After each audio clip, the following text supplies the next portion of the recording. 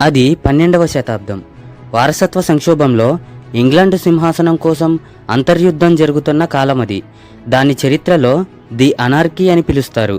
ఆ అరాచక పరిస్థితుల్లో జరిగిన ఓ వింత నేటికీ మిస్టరీయే. సఫెక్లోని ఊల్పిట్ అనే గ్రామంలో కొందరు పొలం పనులు చేసుకుంటున్నారు.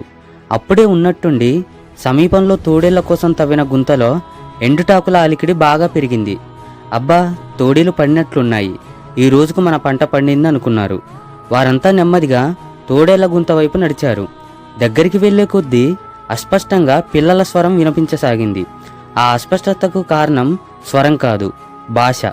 ఆ పిల్లలు ఏం మాట్లాడుతున్నారో అక్కడున్న వారెవ్వరికీ అర్థం కాలేదు. దగ్గరికి వెళ్ళి పరిశీలనగా చూస్తే ఆ గుంతలో 2 చిన్నపిల్లలున్నారు.